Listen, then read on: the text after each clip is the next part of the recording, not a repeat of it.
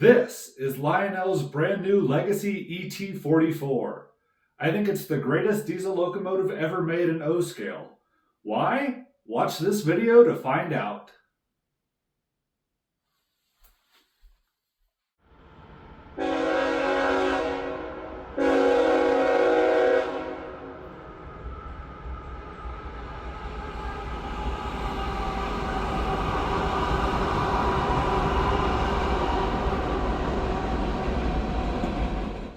Well, hey y'all, it's Will here from Signal Light Productions, and we are back today with another really exciting O-scale product review. Today we're going to be looking at Lionel's brand new ET44AC locomotives, and I truly believe this is the nicest O-scale diesel locomotive Lionel or anyone has ever made, at least outside of Lionel's Vision line.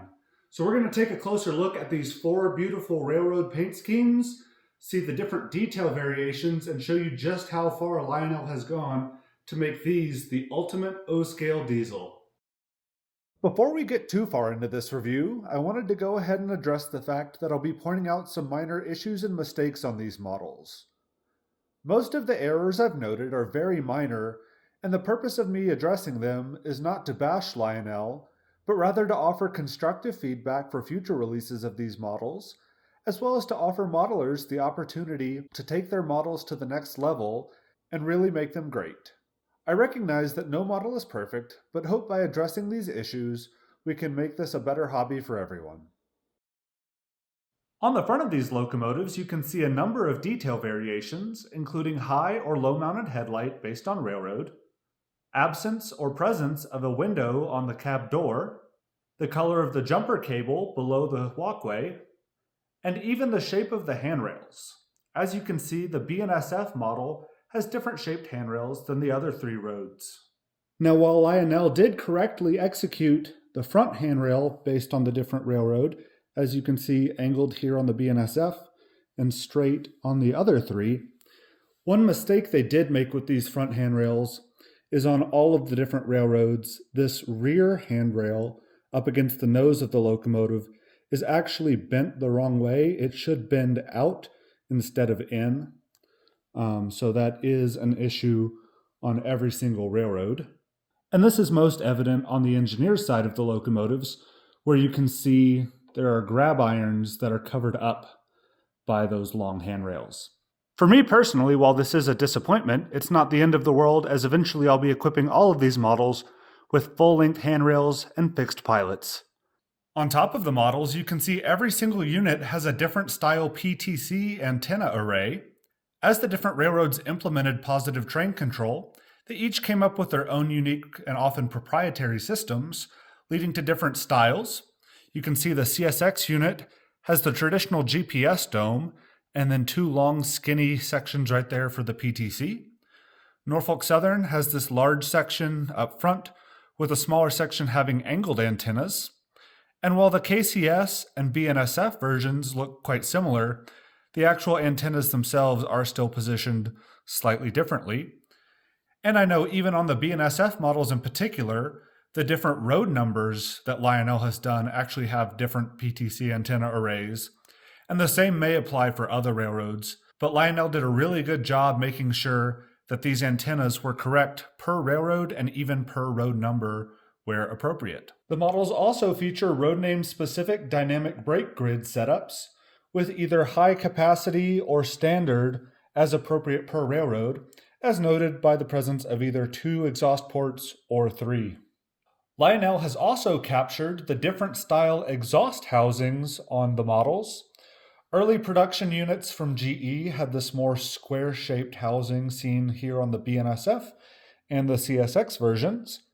And later production units were equipped with this more angular housing, which more closely matches the profile of the radiator sections. In real life, BNSF ordered a unique variant of the ET44, similar to the ES44, which they call the ET44C4. And what that means is that while this is a 6-axle locomotive, only 2 axles per truck actually have traction motors, and that middle axle right there on the real locomotive is capable of lifting up with an attempt to provide greater tractive effort when the locomotives are pulling hard.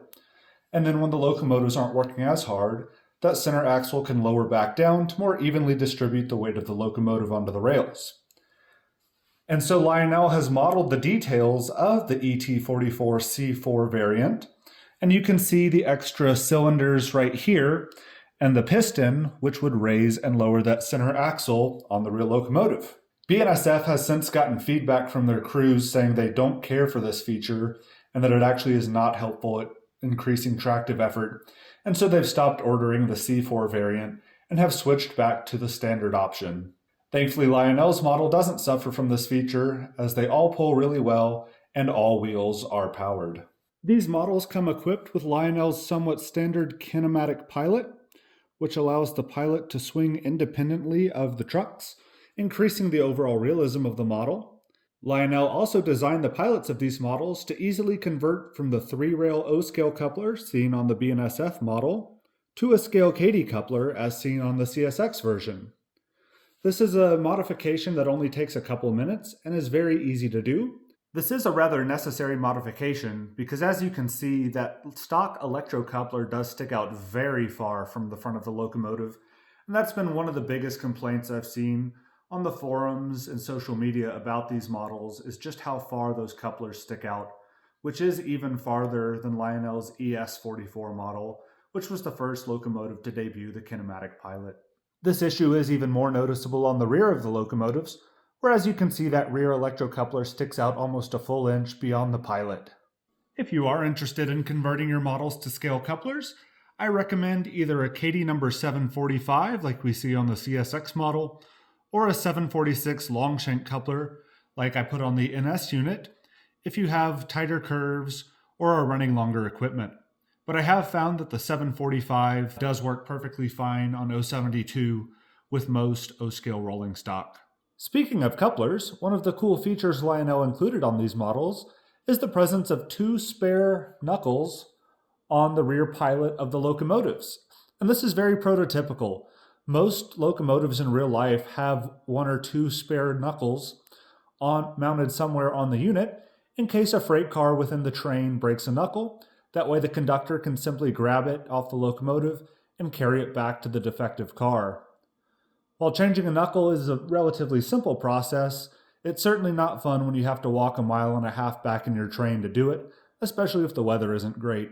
While the shade of orange they applied to these spare knuckles might not perfectly represent a rusty coupler that you'd see on a real locomotive, it's still cool that they put these on here and did do the separately applied paint for them. And with a little paint pen, you could even make it a closer shade to an actual coupler. To train enthusiasts not particularly keen on modern railroading, the ET44 might look like any other GE wide cab produced in the last 20 or 30 years. However, the most prominent visual spotting feature for a Tier 4 GEVO is this very large radiator housing that forms a triangle shape seen at the back of the locomotive. In order to meet the stringent Tier 4 emissions regulations that went into effect in the mid-2010s, GE had to design this oversized radiator housing to help cool the locomotive's prime mover and other internals effectively. While there aren't too many road-specific details to incorporate on the rear of these locomotives, the Norfolk Southern one does have a couple of standout features, those being the operating rear ditch lights mounted on the back, which do flash and work appropriately when the locomotive is operating in reverse, as well as the Norfolk Southern one does not have a walkway platform like the others do to enable crossing between locomotives. Instead, this walkway just juts out a little bit farther. And as noted on the front of the locomotives, the BNSF variant does have different style handrails than the others. A neat feature Lionel started doing in models produced beginning in 2024 is that they've actually darkened the see-through screens on the models to help represent the weathering that would be present on a real locomotive. All of these Tier 4 units have tons of separately applied brass screens throughout the locomotives, and while the screens themselves are darkened and see-through, there is plastic behind it so you don't have to see the electronics and motors on the inside. So I think this is the perfect balance of having that fine detailing of the separately applied brass screens, while also not seeing the ugly internals of the locomotive for the most realistic appearance. Here's another look at the top of that radiator housing on the models. Once again, you can see we've got separately applied brass screens on them, and it's held on by magnets and can be removed to access the Run Program switch, the Bluetooth Lion Chief Universal Remote switch, and the smoke on and off switch. Also right here you can see the brass flywheel for one of the motors on the model. And with those radiator housings removed also allows us a better view of the early and late production exhaust housings. Another really cool feature unique to these Tier 4 models that Lionel has captured well is the presence of this water fill sight glass on the conductor's side of the locomotives. Lionel actually put a clear piece of plastic in here to represent that water sight glass that would be present on the real locomotives. As a fun fact, locomotives don't use antifreeze or coolant, they simply use water, which is why a lot of times you'll see locomotives idling even when not being used for a while during the winter, as they have to leave the prime mover running to stay warm to keep the plumbing from freezing. Not only has Lionel modeled the sight glass on these locomotives, they've actually gone to the length of putting different labeling stickers on it per railroad prototype. In general, these models all have tons of warning labels and stickers throughout the models.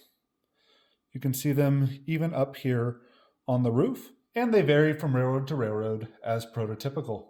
These prototypical warning labels extend to the pilots of the locomotives as well, with BNSF having this white sticker noting the 3 points of contact policy, KCS having a red and white warning label, as well as a smaller white sticker, CSX having their yellow hexagon, and Norfolk Southern not having any stickers there. On the nose of the locomotives, Lionel has even gone to the trouble of painting the door locks silver, which is a nice touch. The silver underbody of the BNSF variant affords us a good look at some of the underbody detail.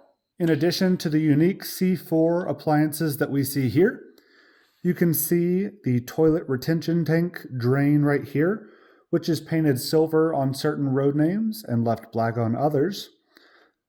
The well-done trucks with separately applied metal details for the brake cylinders and associated plumbing. For the first time, Lionel has incorporated small pieces of plastic right here to model the frame itself and help limit your view of the gap between the truck's wheels and the frame of the model, improving the overall realism.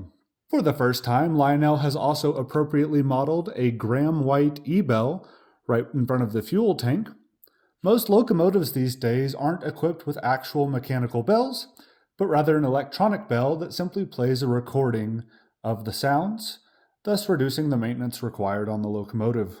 Moving back to the fuel tank of the model, we see a number of finely printed warning labels, a note to use only ultra-low sulfur fuel diesel on these locomotives, 2 separate fuel fill hatches with nice red paint, as well as the emergency fuel cutoff switch right there. Continuing farther back on the model, we see the waste oil retention tank on the rear of that fuel tank there, and get another look at those pieces which simulate the frame and have piping detail applied to them as well. Once again, just improving the overall appearance of the model, particularly when filmed or viewed from track elevation. And switching from the conductor side of the model over to the engineer side, you can see overall mostly the same. We do, on the fuel tank, have the 2 main reservoirs set back in there. Tons of separately applied detail associated with those, as well as separately applied details on the frame unique to the BNSF model, which are associated with it being the C4 variant. This weight management control box is what's responsible for controlling that middle axle raising and lowering. And behind the fuel tank, we see a detail which is well executed, however, is responsible for one of the problems on these models. Right here behind the fuel tank, we see the air dryer, which helps reduce moisture within the locomotive's brake reservoir system. The problem with this detail piece is that all the other handrail stanchions on the side of the model are mounted to the bottom of the frame. However, this handrail stanchion right here is mounted into the side of the frame itself, bowing the handrails up, as you see here. Thankfully, fixing the bowed handrail is a very simple task that I've already performed on my other 3 models, and so I'll show you how to do it on the BNSF one. Like I said earlier, all these other handrail stanchions mount to the underside of the frame, and this one right here is just drilled into the side. So all we have to do is take a pair of needle nose pliers, and we're going to gently grab that handrail, holding down on the model, and pull up on it.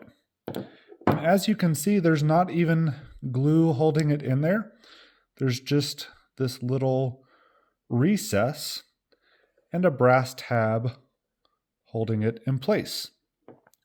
So we're just going to take our pair of needle nose pliers, hold on to the handrail stanchion itself, and bend that tab off just like that. And then all we need to do is slide that handrail back down, and you can see our handrail is now straight. Now, if you want, you could apply a drop of glue to hold it in place, but I really don't think that's even necessary. As like I said, it comes from the factory with no glue, and it's really just not going to have any reason to move anyway. So with that simple 30-second fix, your handrails are now straight, and you are FRA compliant for this locomotive to get back on the rails. And while we're here, I'll show you the underside of the locomotive. As you can see, we've got 2 pickup rollers per truck for good electrical contact. And like I said earlier, every single wheel on the locomotive is powered, so these locomotives pull really well. You can see right here our Made by Lionel sticker with the locomotive's product number. Right here is the IR sensor for all 4 people still using sensor track.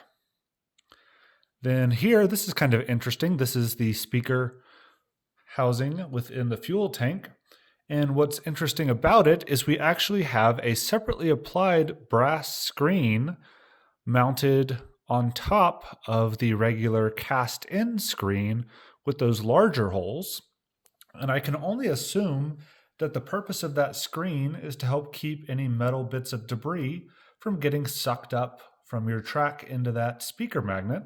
And so if that's the case, that's actually a really cool feature and some really handy engineering by Lionel to help keep our models sounding as good as possible. And then right here, this blanked over one is where the second speaker would be located if you were to purchase one of the non-powered super bass models. That being said, these locomotives are already super loud with just the one speaker, so quite frankly, I'd really love to see one of those super bass units to hear just how loud that could be. And then moving to the back, once again, you see those 2 power pickup rollers and the gears for the wheels. And then here's a look at that kinematic coupler swinging back and forth. When I got my CSX model, I noticed there was a slight bend in the walkway here, and at first I thought the frame itself might have been warped, but thankfully after looking close, I realized there were just some wires that were pinched up beneath the walkways here and the frame that was forcing the plastic walkway up. But anyway, I figured while I had the locomotive open, I'd give a quick peek under the hood. So up here, we've got the front pilot. I've gone ahead and installed a scale KD coupler on it. One of the 2 motors. And then the Legacy electronics. As you can see, the Legacy board these days is really not too big. That's pretty compact to have rail sound, speed control, all that. Over here, and I'm by no means any kind of electronics expert, but right here is our LED for the walkway light right there. So that's the one that's too bright, so I don't know if there's an easy way to fix that at the moment. Maybe in the future I can throw a little resistor right behind it in that gap right there. And then so we've got our smoke unit right here. So there's where your smoke fluid pours down in the exhaust stack. And then the heating element right there. Our rear motor. And then right here, that little clear plastic box is what makes the sound volume and quality so good on Lionel locomotives. It basically is a resonation chamber. It's a dense plastic that just makes the sound from those speakers echo really well. And you can see, since this is a powered locomotive, there's only the one speaker, but there's where the second one would sit. Now, that being said, like I've said earlier, the volume of the sound on these locomotives is terrific. They're very loud. You can hear it very well. But I am curious about the super bass units. But based on my assumption, without having seen one, especially the inside, I think there would just be another speaker right there. And so it's not like it would take up space from the motors, unless they maybe have a secondary speaker somewhere else. I don't know. Like I said, the regular units sound fantastic. I'm sure the super bass ones are really good. But I feel like you could just throw a second speaker in there, double your sound volume, and still have both motors. So I don't know, maybe down the road I can see about wiring a second speaker in as well. Not really needed, since they are so loud, but just some observations. Show you what I can here inside the shell without yanking on those wires too bad. Right there is the antenna for the Legacy or TMCC signal. And then back here, we've got some wiring jacks for those rear lights. You can see all these little brass tabs from those separately applied brass screens. And then up here is where we have that detailed cab interior. I was hoping it might be a little easier to take out so I could show you guys up close what that looks like. But as you can see, we've got a lighting board right there with quite a few plugs. And so we've got the ditch lights right here, the front walkway light, we've got the headlight, the LSL control light. Looks like there are two for that. Then can't tell what those two are, but those may be the screens inside the cab.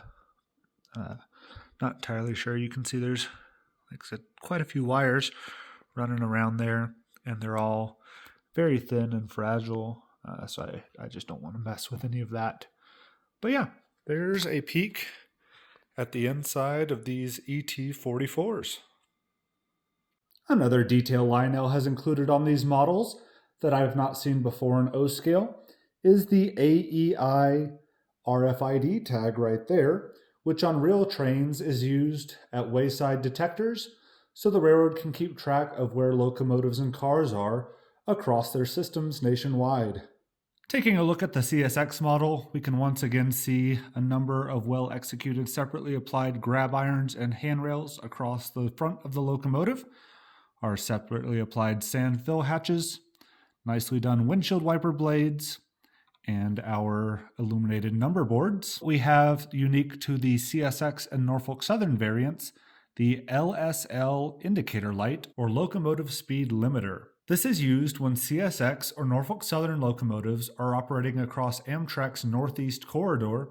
We'll take a closer look at this feature and talk more about it once the model is powered up and on the tracks. On all of these models, the paint job is really well done. From the simple CSX paint scheme to the more intricate BNSF and KCS models, all the graphics are finely printed, and even many of these stickers are legible. All of the walkways on the models feature raised safety tread, and while I haven't been able to confirm if this is correct or not, the CSX model has an interesting distinction that most of the model has this blue walkway, and right at the back it transitions to black. Like I said, I'm honestly not sure if that's correct or just a mistake at the factory, so if someone wants to confirm in the comments, feel free, but I just thought that was interesting to point out.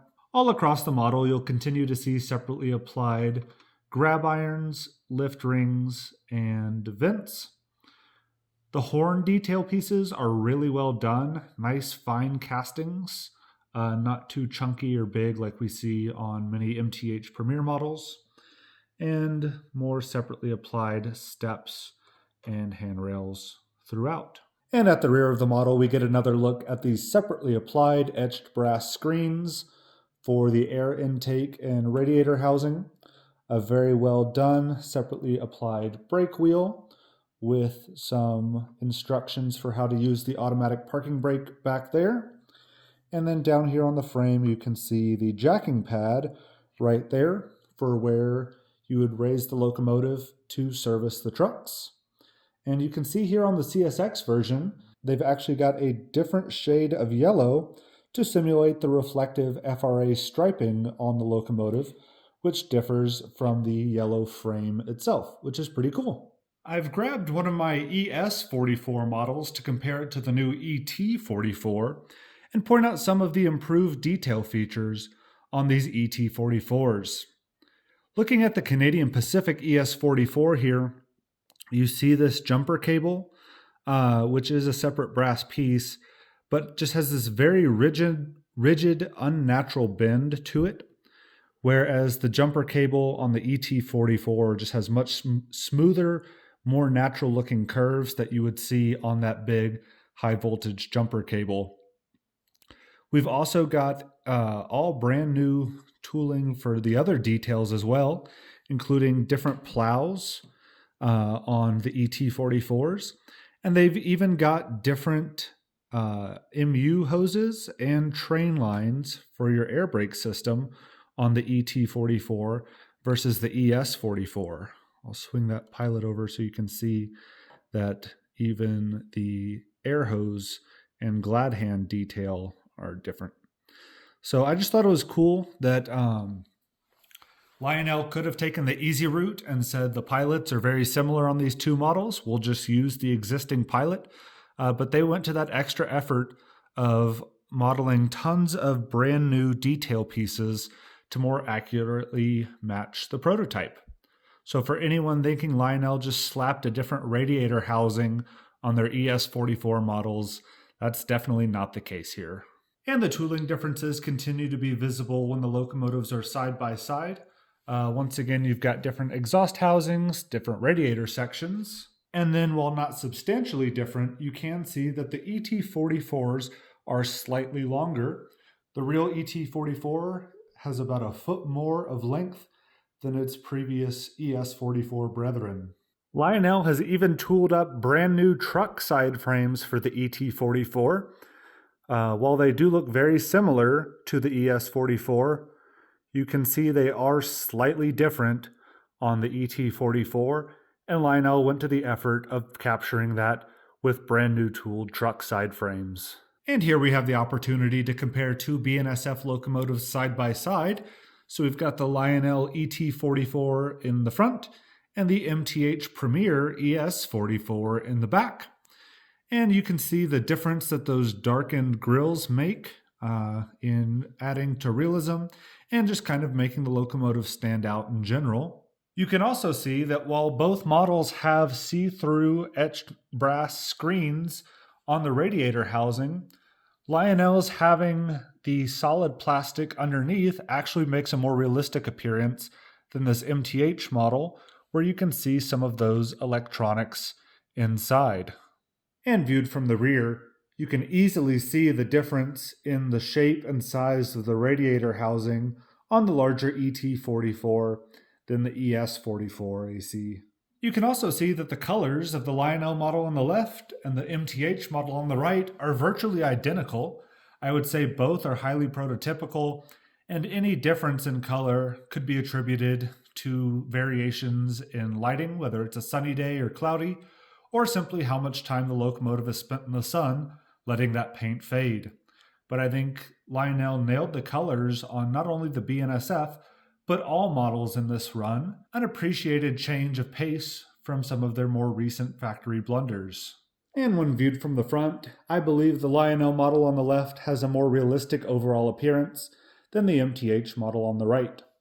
MTH does have opening doors on their models, which is a neat feature, but you can see there's a rather large gap around that door, which I believe hinders the realism. And then obviously Lionel's kinematic pilot is always going to beat MTH's separate pilots, which generally have a very large gap between the pilot and the frame on most MTH Premier models. I've now talked at length about the outstanding detail on these Lionel ET44s. But that's actually not why I believe these are the greatest diesel locomotives Lionel's ever made. I think it's actually the electronics that set these models apart, both in terms of lighting features and, even more importantly, the sounds. So let's put these locomotives on the tracks and see why I think these are so great. And I believe that once you see these models in action, hear the realistic sounds, and see the cool lighting features, you'll agree that these are the greatest O-scale diesels ever produced. With track power applied, but the locomotive not yet started up, you can already see a couple features that set these models apart from any others currently available in O-scale. The front and rear of the locomotives feature LED lighting for the walkways. That way the crew can see as they're climbing onto and off of the locomotive and going in and out of the door at nighttime. You can also see farther back on the locomotive another light for the steps right here for the crew to use. This is one other of the minor issues on these models. While the front and rear walkway lights are perfectly done, perfect brightness, enough to illuminate what you need, but not too bright, these lights back here are way too bright. That being said, that should also be an easy fix. For the more electrically inclined people, all you would need to do is throw a resistor on there.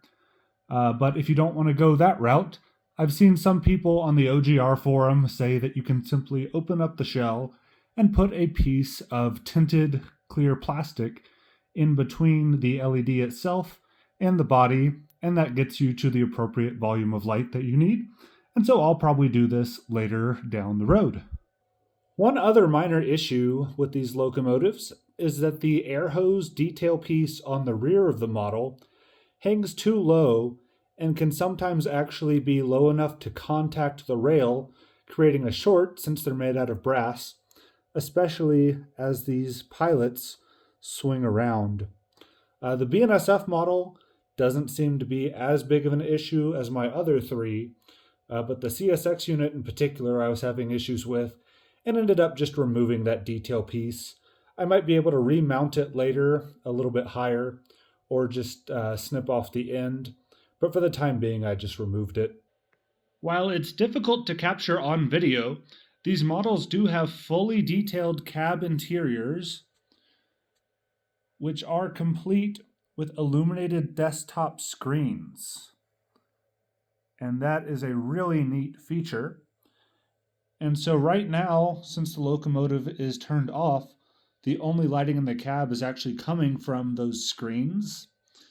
And for those of you who might think that they might be too bright, I've heard a lot of railroad crews complain about how bright the screens on GE locomotives are, so that's probably actually correct.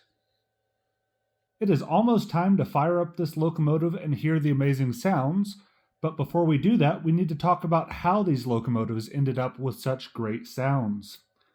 Lionel was able to work with CSX and go record brand new sound sets from a real ET44AH locomotive, just like you see here.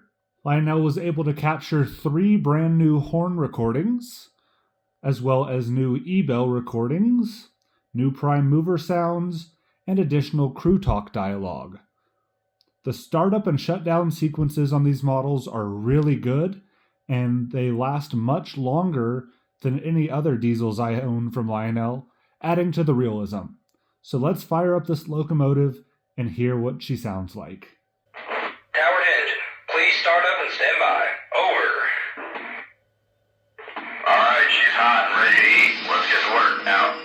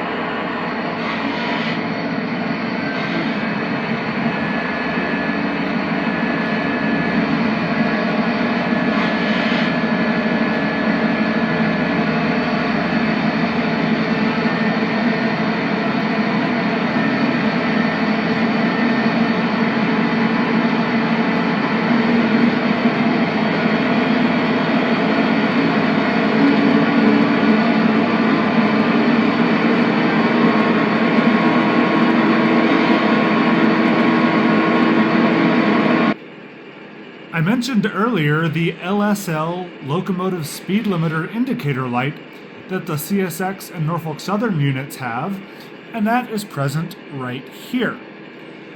Not only does this light operate, but Lionel actually has correct sound effects for it recorded as well, and those can be triggered using the aux3 button on your Legacy remote. The only issue with this light is that it's a clear white LED when it should be orange. But that could be easily remedied with a touch of orange translucent paint.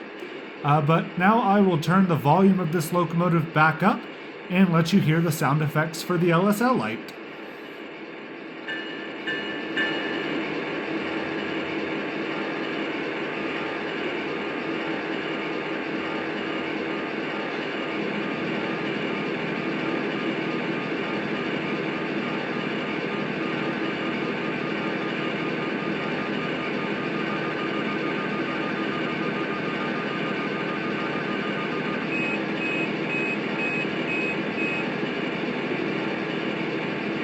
And so the LSL system is now engaged, and you can turn it off the same way, pressing aux3.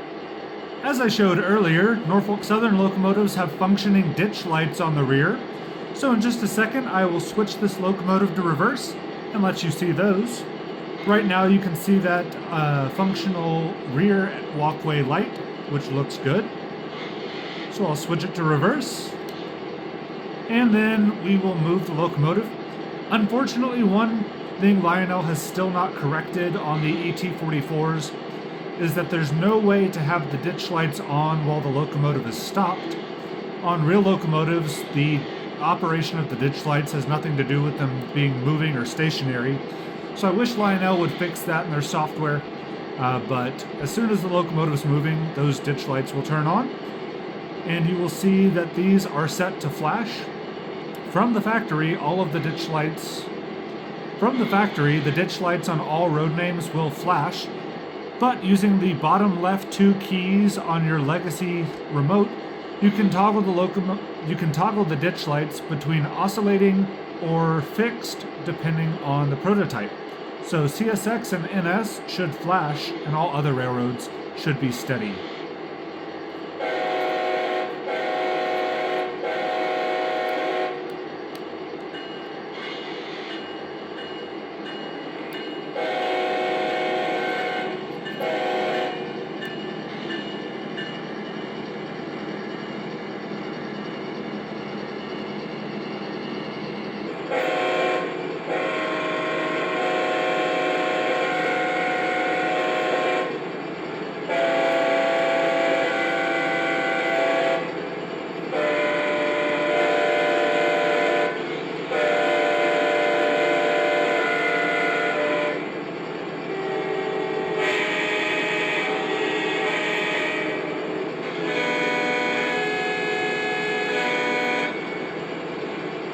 And now we will listen to our bells.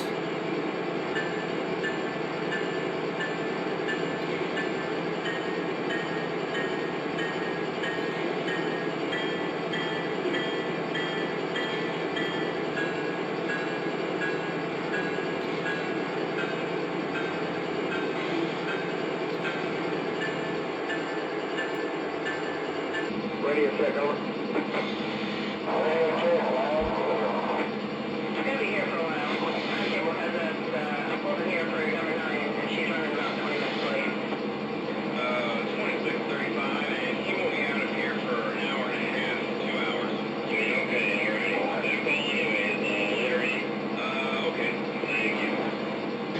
Alright, now that you've gotten to hear the different sounds of these locomotives, including the horns, bells, and crew talk, it's time to take them for a spin. I've currently got some of my Golden Gate Depot Amtrak cars on my Carpet Central layout, and I didn't feel like taking them off, so we're going to have CSX and NS give Amtrak a hand, and we'll say they're pulling the Capital Limited.